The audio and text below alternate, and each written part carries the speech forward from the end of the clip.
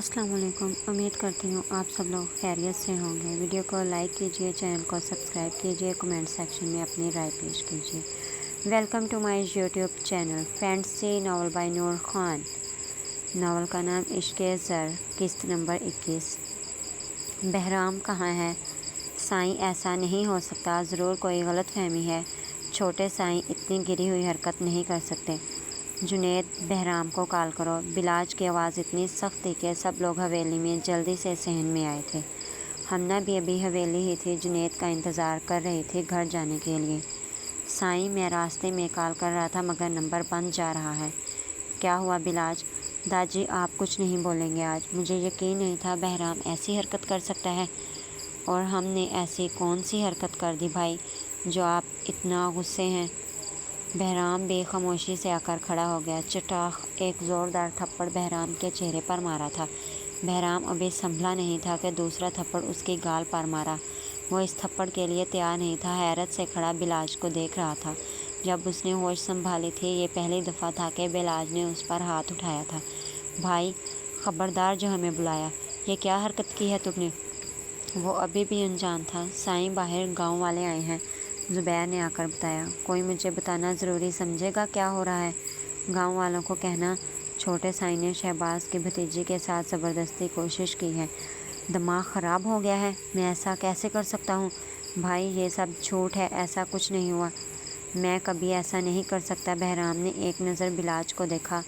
तुम अभी बाहर नहीं आओगे? मैं जाकर देखता हूँ। भाई, जब मैंने कुछ नहीं किया तो मैं क्यों छुप कर बैठूँ? बहराम, जो कहा है वो करो। बिलाज ने अपनी शाल दुरुस्त की और बाहर। दादी, ये सब क्या हो रहा है? हम नहीं जानते। बहराम, हम नहीं जानते इसमें तुम्हारी गलती है या नहीं, मगर बस दुआ करो ऐसा कुछ ना हो। नाना साईं, बहराम ऐसा नहीं कर सकते, हम जानते हैं ज़रूर इसमें किसी का हाथ है, कोई जानबूझकर बदनाम करना चाहता है।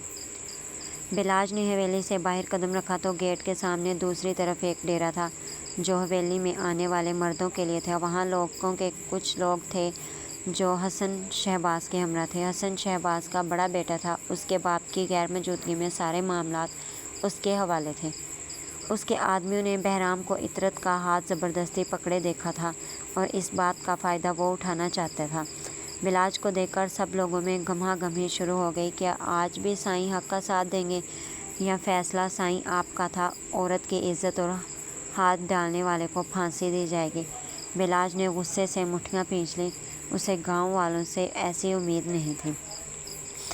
ऐसा कुछ नहीं हुआ। बहराम ऐसा नहीं कर सकता। अगर ऐसा हुआ भी है तो हम वही फ़ैसला करेंगे जो बेहतर होगा। क्या कहना चाहते हो तुम? तुम्हारे घर कत्ल मंजूर है और हमारी घर की इज़्ज़त के लिए बेहतर फ़ैसला किया जाएगा।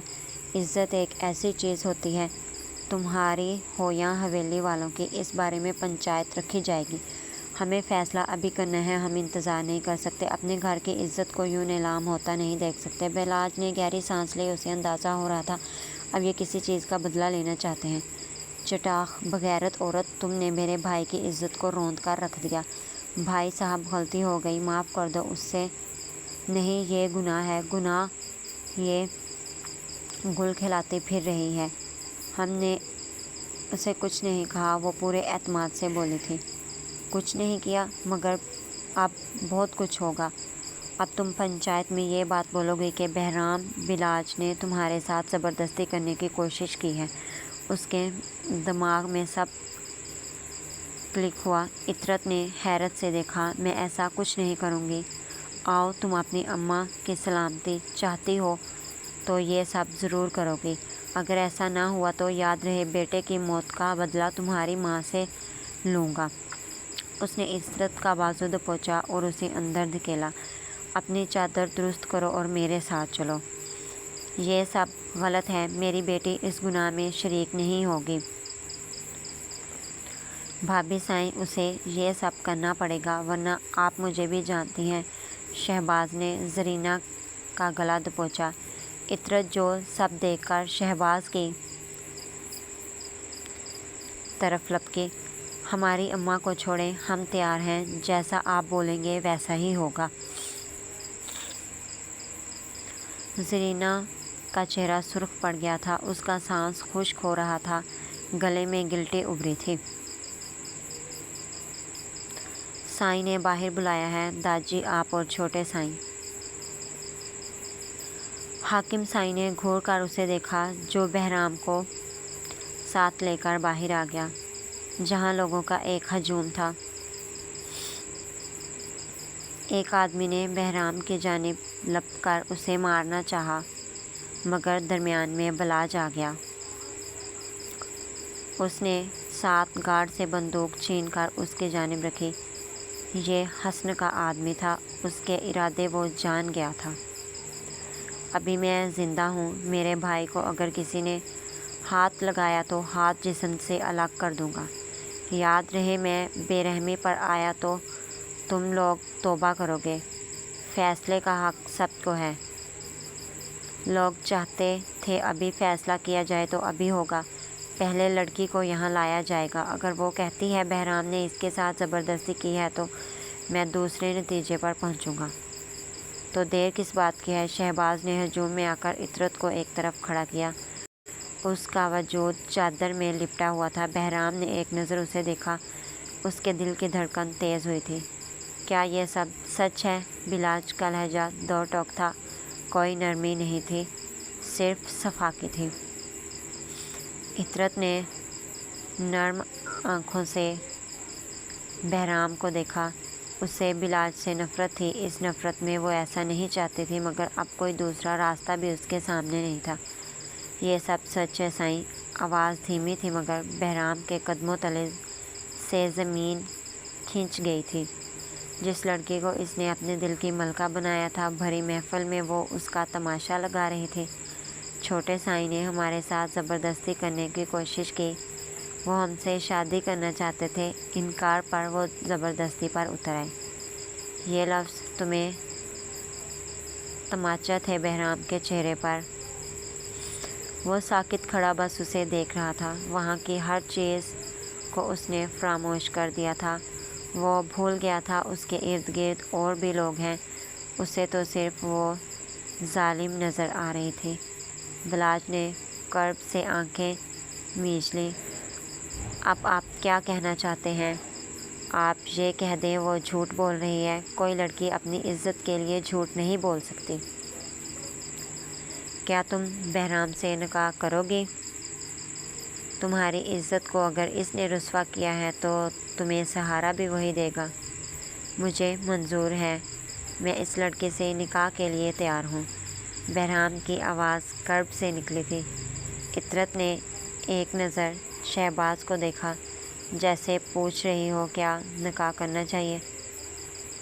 हम क्यों निकाह में दें, जब फ़ैसला यही होता आ रहा है। औरत पर हाथ डालने वाला मरेगा तो अब निकाह क्यों? हसन किसी कीमत पर बहराम को नहीं छोड़ना चाहता था। हमें मंजूर है, शहबाज ने बहुत सोच समझकर कहा। यकदम माहौल की आबो हवा बदली थी। मौलवी साहब को बुलाया गया था। पूरे गांव और सरपंच की मौजूदगी में दोनों का निकाह पढ़ाया गया था। मैं उसे बीवी के रूप में देखना चाहता था, मगर मैं ये तो नहीं चाहता था इस तरह सब हो। वो अपने दिल में सोच रहा था। मौलवी के पूछने पर उसने गहरी सांस लेके जवाब दिया, कबूल है। मुझे तमाम तर इल्ज़ामात के साथ इतरत कबूल है। महबूब इतनी आसानी से तो नहीं मिलता, और जिसे मिल जाए फिर वो महबूब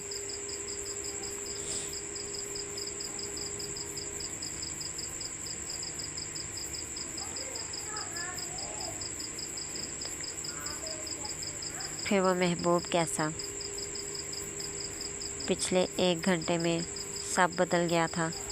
माहौल की आबोहवा के साथ साथ हवेली की हवा के रुख भी दूसरी तरफ थे।